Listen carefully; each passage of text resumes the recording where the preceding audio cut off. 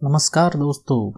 सिख निहंग एक बार फिर से चर्चा में हैं। सिंघू बॉर्डर पर एक दलित युवक की हत्या के मामले में सिख निहंग एक बार फिर से सुर्खियों में आ गए हैं।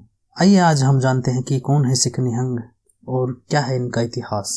ऐतिहासिक रूप से निहंगों की कई प्रकार से व्याख्या की जाती है। जैसे यह कहा जाता है कि निहंग शब्द फारसी भाषा का शब्द है जिसका अर्थ है मगरमच्छ, कमल और तलवार। लेकिन निहंग शब्द संस्कृत के निशंक शब्द से ज्यादा नजदीक प्रतीत होता है जिसका अर्थ है निशंक, अर्थात जिसके मन में कोई शंका न हो, जो निडर हो। जानकारी के मुताबिक निहंग शब्द का नामकरण मुगलों ने सिखों की एक जमात को दिया, जिसका मतलब है जिस प्रकार से मगरमच्छ को पानी के अंदर हराना मुश्किल है, उसी प्रकार से सिखों में निहंगों को हराना बहुत ही मुश्किल कार्य। आइए अब नजर डालते हैं निहंगों के इतिहास पर। निहंग सिखों को ऐसा लड़ाका बनाने का श्रेय सिखों के 10वें गुरु गोविंद सिंह को जाता है। गुरु गोविंद सिंह के 4 बेटे थे, अजीत सिंह, जुझार सिंह, जोरावर सिंह और फतेह सिंह। फतेह सिंह सबसे छोटे बेटे थे। माना जाता है कि एक बार तीनों बड़े भाई आपस में युद्ध का अभ्यास कर रहे थे। इसी दौरान फतेह सिंह भी वहां पहुंचे और युद्ध की कला सीखने की इच्छा जताई। इस पर बड़े भाइयों ने उनसे कहा कि अभी आप छोटे हो और जब बड़े हो जाओगे तब सीख लेना। कहा जाता है कि अपने तीनों बड़े भाइयों को इस बात पर फतेह सिंह नाराज हो गए। वो घर के अंदर गए और नीले रंग का लिबास पहना और एक बड़ी सी पगड़ी बांधी, हाथों में तलवार और भाला लेकर पहुंच गए। उन्होंने अपने भाइयों से कहा कि अब वो लंबाई में तीनों के बराबर है। गुरु गोविंद सिंह ये सब देख रहे थे। वो फतेह सिंह की बहादुरी से प्रभावित हुए। तब जाकर चारों भाइयों को उन्होंने युद्ध की कला सिखाई। मान्यता है कि फतेह सिंह ने अपने बड़े भाइयों की बराबरी करने के लिए जो चोला पहना था वही आज के निहंग सिख पहनते हैं। फतेह सिंह ने जो हथियार उठाया था, आज भी निहंग सिख उसी हथियार के साथ दिखते हैं। कौन से हथियार और पोशाक धारण करते हैं निहंग सिख?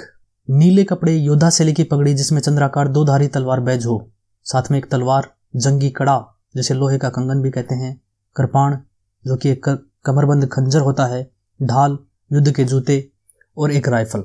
इस प्रकार से निहंग सिख एक सैनिक की वेशभूषा धारण किए हुए होते हैं। वर्तमान समय में निहंग के 3 मंडल हैं।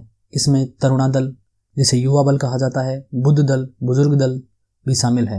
इनके अलावा कुछ ऐसे भी हैं जिन पर कोई केंद्रीकृत नियंत्रण नहीं रह गया। जानकार बताते हैं कि निहंग सिख आज भी आम जीवन से इतर संन्यास जैसी जीवन शैली का पालन करते हैं और हमेशा परंपरागत हथियारों के साथ खालसा पंथ के परिधानों में ही कहीं पर भी जाते हैं। निहंग सिखों को आम सिखों की अपेक्षा खालसा पंथ के अधिक कट्टर माना जाता है।